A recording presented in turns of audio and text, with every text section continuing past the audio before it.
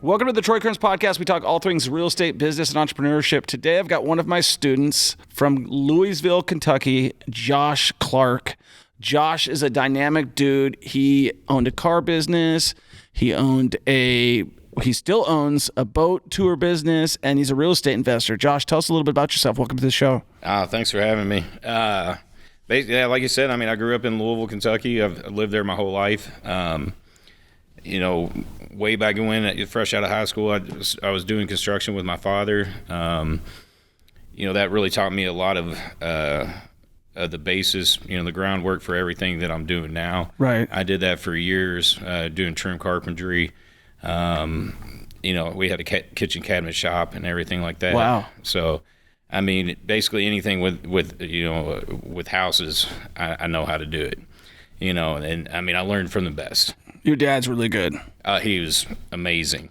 He always built me up. He said, I'm better than him because I had a better teacher than he did, so. Probably true. Do you see that to be the case right now? Yeah, in my mind, I always hold him to a certain esteem. So, right. But definitely, the feedback I'm getting from everyone else, they're, it's definitely great praise. Yeah, I've seen some of your flips that you've done, and they look top notch. And I remember early in the program, we'd always have to mute you because there'd be like banging and going on, dang, dang, dang, dang.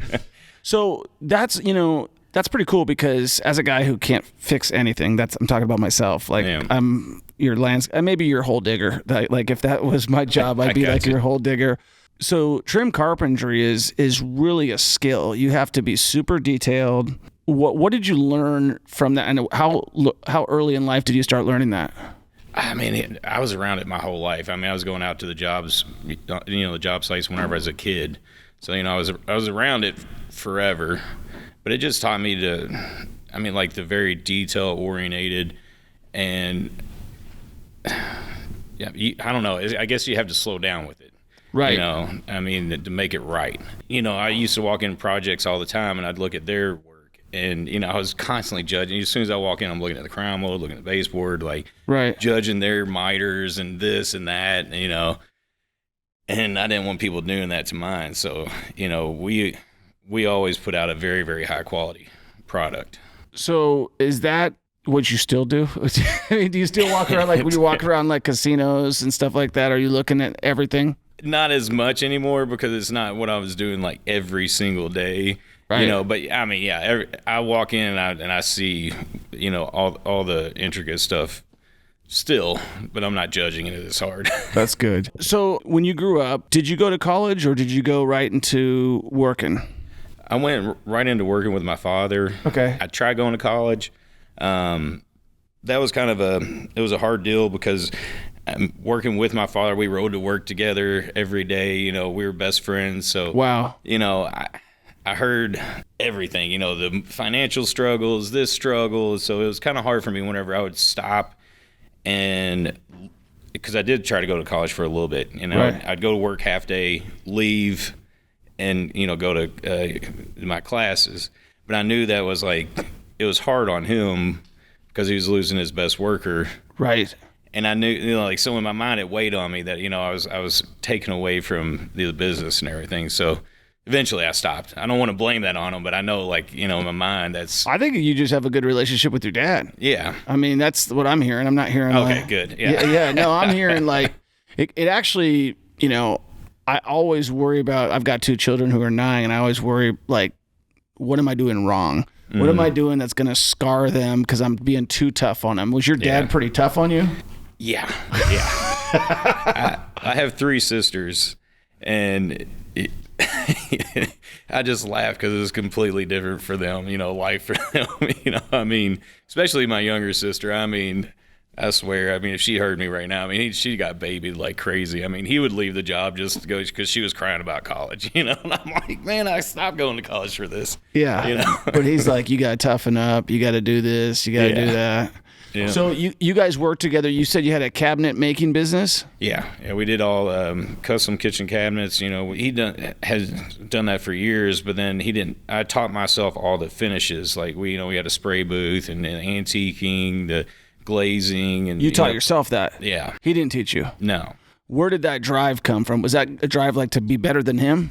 Every time someone asks me that, I know I just one moment always pops up. When I bought my first car, I ran it off the road on the way to school, and I broke the tie rod in, some other stuff.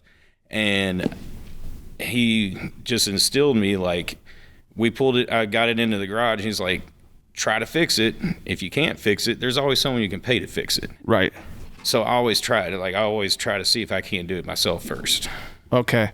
And so I always go back to that one moment for some reason. That's like, so it stuck out in you when you wrecked the car, and that was kind of like the aha moment of you realizing that you can fix anything yourself if you try hard enough, and if you can't, you just find somebody else. Yeah. So do you still work on your cars and stuff like that? Yeah. My mechanics, they would when I had the car lot, they would always laugh because they'd be out there trying so hard on something, and then, I'd walk in there, hit something just right, and, do it, and they even got me a little placard for Well, it's hard to probably get one over on you. Yeah. Oh, yeah.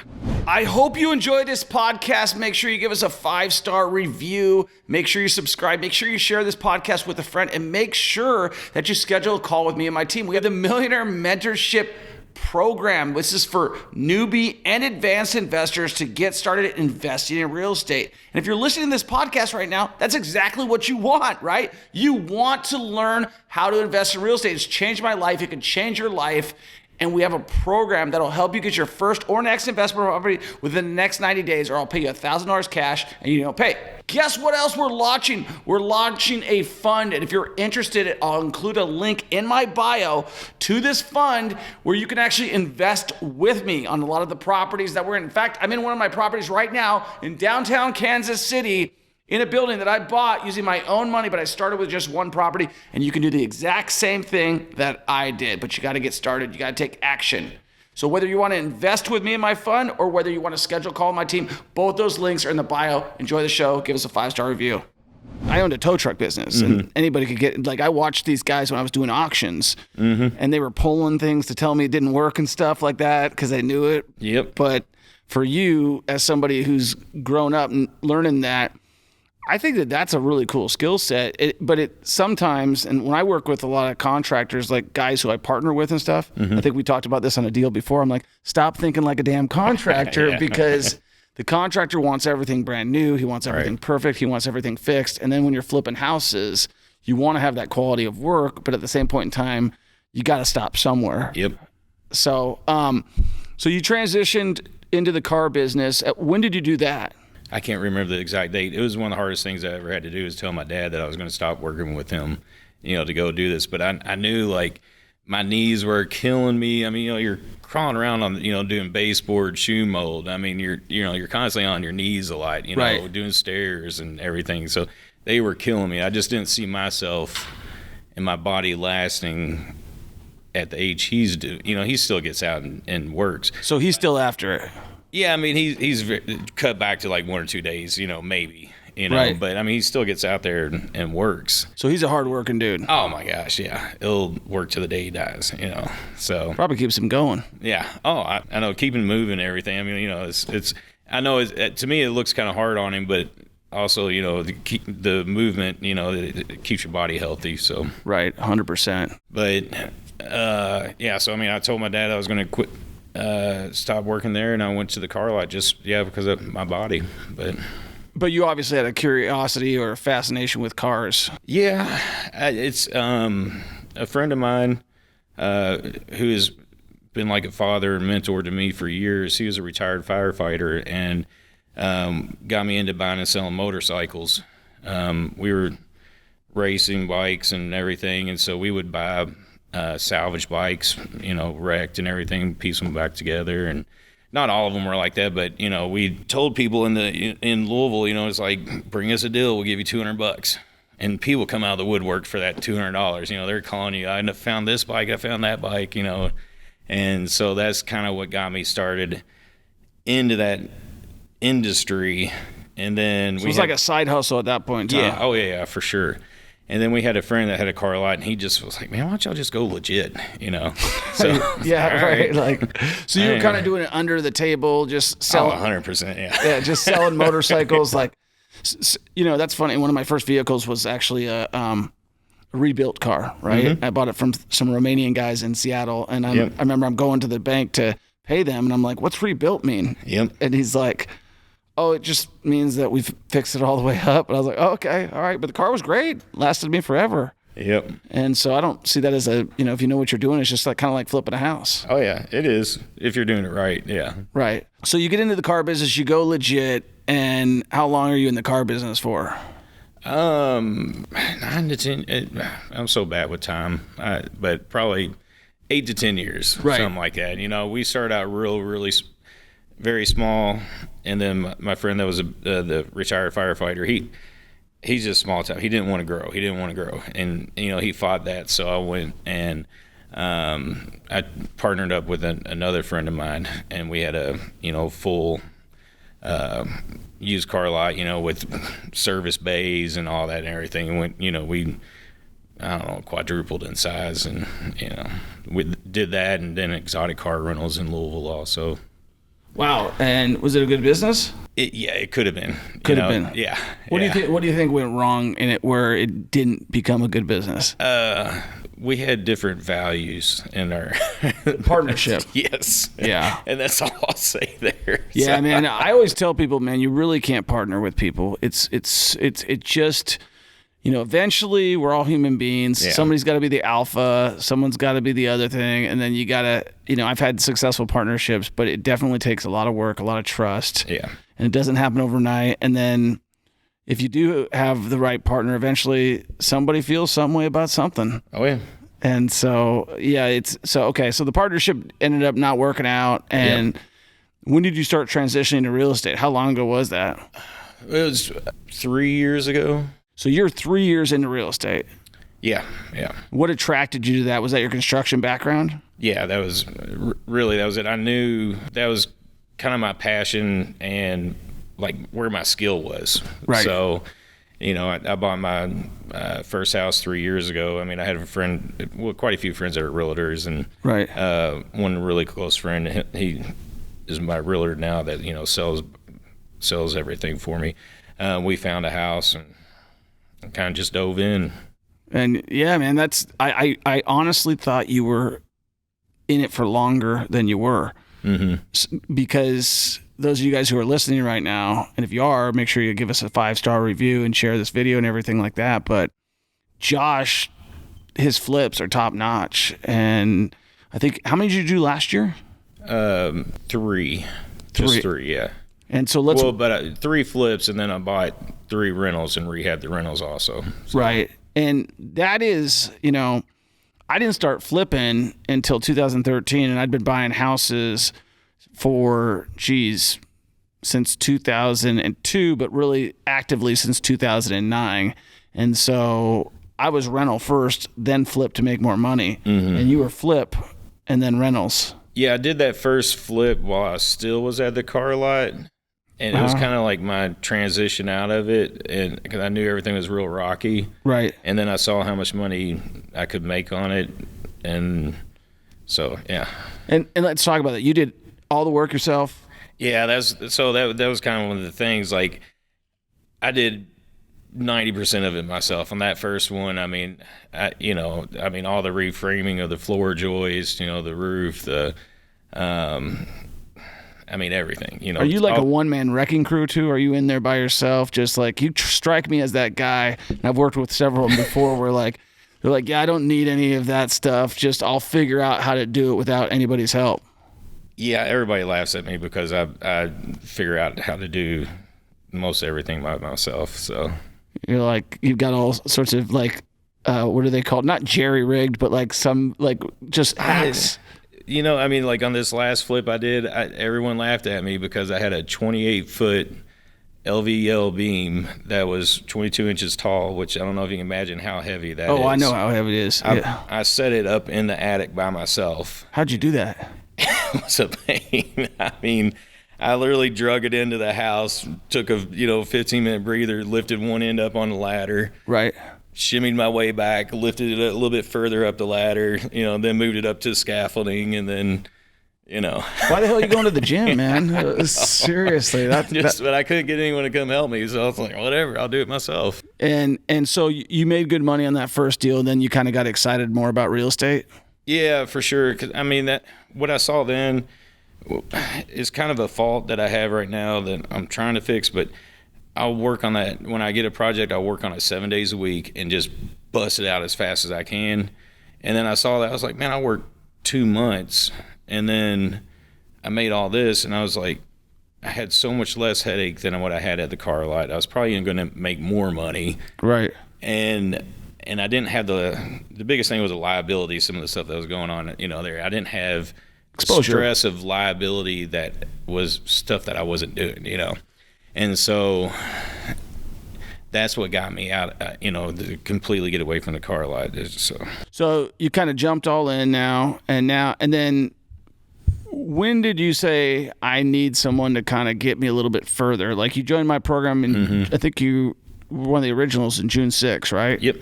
And I remember I was, you know, really following up with everybody at that point in time, kind of really taking a, you know, we didn't have a Ross, a sales guy. It was just me. I was just starting it. And I remember you were talking to me about some things. But when did you start to kind of say, hey, I need some extra help? I was getting a little bit frustrated with most of it was like tax strategy. Right. And like, you know, I was just immersing myself in everything in real estate, you know, listening to different podcasts and this, you know, right. And, you know, on social media, everyone's like throwing these little, they're like, you know, keywords out, you know, 1031, this, blah, blah, blah, blah. And then when it came down to like, okay, how do I apply that to me? They're like, oh, no, you can't do that. Just pay your taxes. It's like, right. Every single time. And I'm just like, this can't, like, you know, everyone's just throwing these words around. I'm like, there has to be a way that I can do what everyone's saying, you know. And I was, you know, just frustrated. That was the main reason. And then also, I'm trying to scale, you know, right, and learn how to do that. Right, and I think that one of the things you figured out quick and easy is that flipping makes you money. Oh yeah. And then what I've noticed, and I think what you picked up, is the way that makes you rich is buying rental properties. Yeah. And we had talked about that during our strategy call. And so, how many rentals you got right now? 4, and then I have another one under contract. We just signed a week ago or something like that. And how many you came into the program with? Just one. One. I didn't even plan on, like, I never saw myself being a landlord. Right. But I had a friend who had a condo that they sold me because they wanted to buy a tiny house. And right. I was trying to talk her out of it. Like, I was like, this is a horrible idea. Right. Your condo's paid off. Like, don't do this. Right. But it worked. Like, I bought my first condo. It's a condo. I bought it for $38,000. You know, it appraises for $120,000, $125,000, something like that. And I got a renter in there that paid me the 4 years rent up front. You know, and that was my first intro to rentals. Yeah, and that's a great one to do a 1031 exchange with. If you ever do decide to sell that one, I mean, you just 1031 that into two other cheap properties. Yep. And then you don't pay no taxes. So if anybody's listening and they're trying to figure out what is a 1031, all you got to do is you take that property. He bought it for $38,000. It's worth how much now? $120,000. So he potentially has a $80,000 gain, $82,000 gain. You take that, all you do, and it confused the crap out of me first when I first started doing it. All you do is you take that.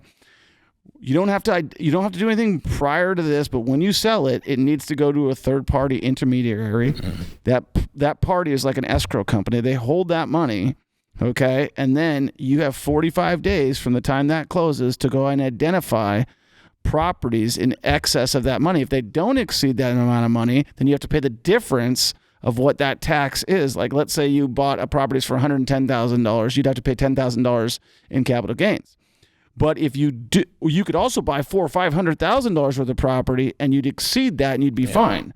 So that's how you do a 1031 exchange. The other thing is, if we're going to talk a little bit more tax strategies, I just want to give you your money's worth just because you're here and everything like that. But the other thing is, and this took me a long time to figure out too, is because you're right, everybody puts out these blurps and you're trying to figure out what's going on. But the other great tax strategy is, as you're scaling and you're buying other rental properties, the way you can get away from paying your flip income is you go and buy a high dollar commercial property or high dollar other, and you do what is called a cost segregation. That cost segregation is simple. You've got a house. This house is, let's just call it a house, but it's commercial property. The house is a $500,000 house. You can do it with the house too. So you can do it with any property, but it needs to be valued enough. You're allowed through the cost segregation study, which costs as little as $200, as much as several thousand, depending on how big the building is. You pay that company. They'll take a 30% loss up front against whatever you did it. So if we did like the owner financing like we did and we talked about it, then you're taking that as a loss against your income, which allows me to take all the money that I made in flips, all the money I made in this, and all the money I made in passive rental income, and I buy more properties. And even if that property cash flowed zero because it got rid of all those taxes, it makes good sense. Oh yeah, I was just explaining this to the taxi driver on the way from the airport because I learned it from you. Yeah, you know? Well, I just want to make sure. He was asking me all about flipping and everything like that, and so that's funny. So let's talk about that. So do you feel like the program has been a good tool for you? Oh, 100%. I mean, I think one of the biggest things was, the house that I bought owner financing, like I never, ever thought to ask someone to owner finance it. And that was a crazy deal. I mean, basically the numbers on that, as I was doing my, one of my flips, there was a house right around the corner, 3 doors away. It had a for rent sign, and then I looked it up. It was, or lease to own op. And, I started talking with the people, and they were asking $320 for the house. I ended up getting it for $280, owner finance with fixed payments for $36. What do fixed payments mean? 0% interest. Right. So it's like free money for 3 years. Right, and you're going to find out one thing I'm going to teach you right now that you may have not thought about. So these people get comfortable getting that money every month. Mm-hmm. So at like 2.5 years, you might want to go to him and say, hey, this is really working out nice for both of us, isn't it? Would you just want to keep this thing going and we'll do an addendum to it and we'll just extend it forever? Right. And he might say, yes, I've done it time and time again, because once you get them in the rhythm, for them to change, sometimes they just would rather keep things the way they are. Yeah. So, yeah, just keep that in your back pocket. Oh, yeah. So, I mean, that to me, that was the biggest benefit, and that was like 2 or 3 weeks into the program. Yeah, because I mean, I was making a house. I just bought another house. It was the nicest house I lived in. Right, and it was $2,400 a month. $1,850 was going to interest. Right, and I'm just like, man.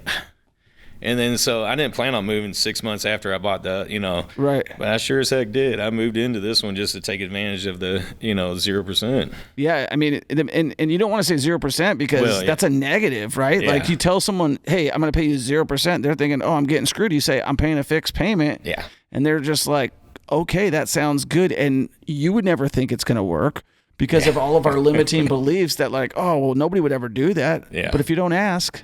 Oh, even my realtor, he's like, I don't even, he's like, there's no way. And then, we're getting that. So I got $40,000 less, plus he's putting a new roof, new gutters on it. And, so, I mean, it's working out for me. I think it's your charming personality, too. I don't know. Yeah. Plus, also, my next flip, I'm getting from him.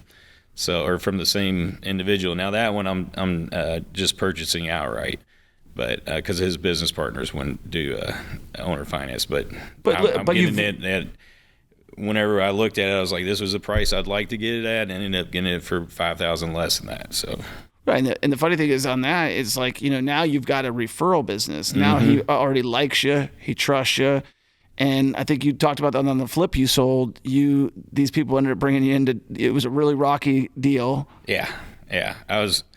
It's hard for me whenever I sell a house not to get emotional about, we're trying to negotiate and everything. Whenever I work my butt off on it, put way too much work into it, But, this one I almost didn't want to go to closing. I was like, screw her. I'm not going to closing. It's emotional, man. Yeah. So, but finally, I brought myself to realization, went and she, I have a key to the house. She gave me a garage door opener to the house. I mean, and she's bought the house 3 or 4 months ago, so, I mean, she trusts me. She, just loves me. So for somebody who's listening, who's like brand new to real estate or thinking about getting into real estate, what advice would you give to them? Well, kind of what I was just saying right there, not to get emotional about something, and I still do it. Like sometimes we find a deal, or you think is a deal, and you're like, man, I got to get this. I got to, and you get all excited for it. And if you just slow down and really look at it, it probably wasn't, well, maybe it is as good as a deal you think, but a lot of times if you slow down and really analyze it, it's not as good of a deal as you think, so just try to take some emotion out of it. Right. And is there any other, like, what are your goals, I guess, for this year, like in terms of wrapping things up, in terms of getting things, like, what are your goals for the next few years in real estate? Oh, one thing before we get there. Tell me about this boat business. So you've got a boat business. I do want to touch on that real quick. In Miami, by the way, and you live in Louisville, Kentucky. Yeah. So I met some people from New York. We were down at Key West, and I met a couple down there, and they introduced me to someone else, and he had a boat that he chartered, and 6 months later, after meeting him, me and him buy another boat, and I got my captain's license. So we do. I'm a yacht captain also.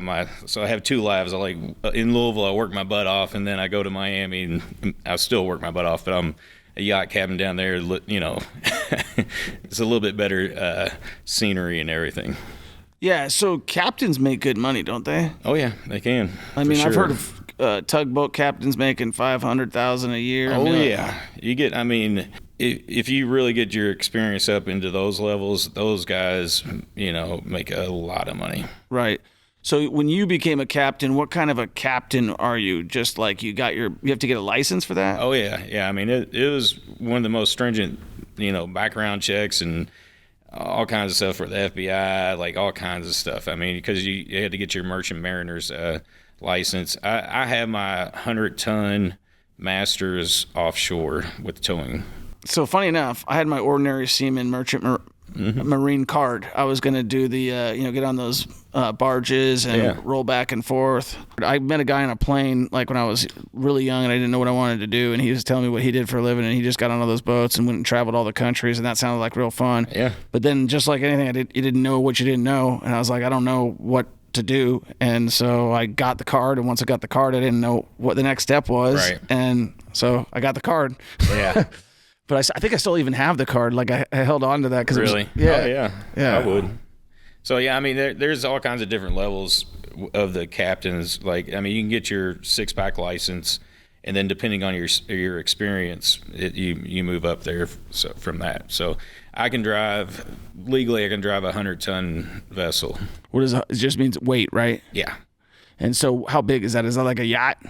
Oh yeah, most of the yachts. Most of the yachts. Small container ships. Technically, I have a license for that. So you're just an all-around skilled guy. Like you can drive freaking yachts, you can sell cars, you can fix houses. You're a pretty skilled guy. When it comes, anything that deals with skill or like physical skill, that's what I'm great at. Computers, I'm not great at. Networking, I'm not great at. There's a lot of things that I'm not great at, but I'm very confident in myself when it comes to those aspects. For people who want to follow your journey, how do they follow your journey? Oh, I don't even do social media that much.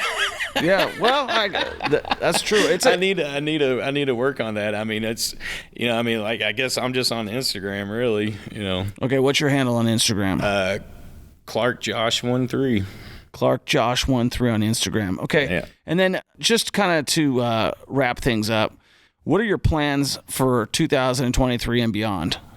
23 and beyond. So 23, I want to at least get 5 more rentals this year. I definitely need to work on getting my systems together to where I'm doing less work myself. Right. And then from there, I eventually want to move to Florida. So I need to learn how to do some out-of-state deals and everything like that. I haven't done any of those yet. Right. I think where you're at, Louisville, Kentucky, load up on rentals. Mm-hmm. Moved. I think we had this conversation once before. Moved to Florida. I think I'm headed there myself. Yep. I think that it's going to be hard to scale in Florida unless you go to like places like Panama City, Where are you planning on moving in Florida? That I don't know yet. I don't know. I mean, Miami's too much. Yeah, it is. I don't want to be there. It's like Naples. It's like an hour and a half away. Yeah. And then you got like Naples, you've got all the water right there. Mm-hmm. You've got Tampa 3 hours away, Disneyland 2 hours away, and then you've got Florida or Miami down Alligator Alley, and but Miami's too much. Yeah, it's. I'd love to go there for a week, but I couldn't live there. I have a lot of friends a lot of Louisville friends in Tampa and Clearwater. It's kind of a small, I don't know, a lot of people move down there from that, so I don't know. You get landlocked in Clearwater. I looked at that. It's like, man, it takes 30 minutes just to get from Tampa to Clearwater. Yeah, that's true. So for me, but if you got a boat, you really don't care. So do you want to do, what is like more exciting to you, the boating business or the real estate business? I tell you, I love boating. And, but I know that that's not going to be something that I make, I can grow into fully support myself. So, I mean, real estate I love also. So they're going to work hand in hand. Cool. The bigger I grow with the real estate, the more I can do the boating. And you're starting to see the rental cash flow coming in? Oh, yeah. So, I mean, it's already, more than makes my house payment. So, yeah, that's lovely. That's awesome, man. Well, I appreciate you coming on the podcast. I appreciate you coming to the event. We're out here in Las Vegas, Nevada at the Orleans Hotel and Casino. We're doing our mastermind. I tell you what, this is the last one I do out of state, man. What a pain in the ass to get everything out here and do like that. I used to live here, but I tell you, it's different. Like when we were talking on the way out here, me and my wife, she were like, why did we book it over here? I was like, because we thought it would be a good idea. It's like, you only learn by getting outside your comfort zone. I think that's one thing that you're really good at doing is getting outside your comfort zone. Guys, if you want to invest in real estate, if you want to change your life, take action, get a mentor, do whatever you need to do. Obviously, I'm biased. I think we've got a good, nice, intimate program, and it's only going to get better as I learn from guys like Josh what they need. And I think that Josh is going to be a junior coach here eventually. That's what we're looking to bring in and kind of really highlight on the construction side of things. So appreciate you coming on, Josh. Oh, thank you. All right, man. Peace.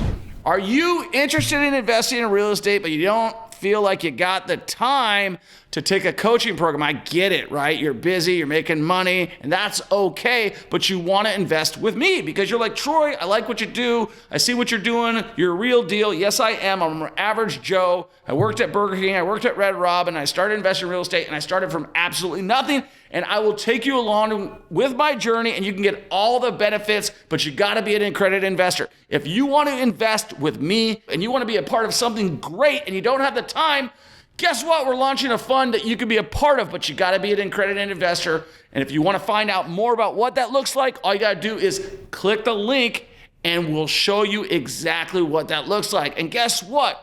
If you're not an accredited investor, then you may down the road be an accredited investor. So definitely learn what that's all about, and we'll see you on the next one.